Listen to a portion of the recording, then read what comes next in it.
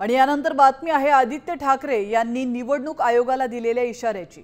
आमदार आदित्य ठाकरेंनी ट्विट करत निवडणूक आयोगाला इशारा दिला। निवडणूक आयोगाच्या देशद्रोही कृत्यांचा गौप्यस्फोट पुढच्या काही दिवसात आम्ही करणार आहोत असं त्यांनी म्हटलंय।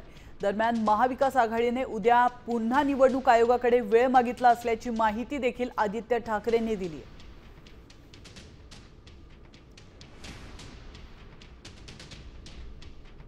पाहिलं गेलं तर संपूर्ण मुंबईमध्ये आम्ही जे काही निवडणूक आयोगाने देशद्रोहाचा प्रयत्न सुरू आहे त्यांच्या हातून त्याच्या विरुद्ध आम्ही मोहीम छेडलेली आहे। सगळीकडे जिथे जिथे दुबार संभाव्य दुबार तिबार मतदार असतील, एका घरात 10 पेक्षा जास्ती मतदार घुसवलेले असतील, बोगस मतदार असतील, उत्तर आलं नाही तर रस्त्यावर उत्तर 100% विरोधी पक्ष देणार।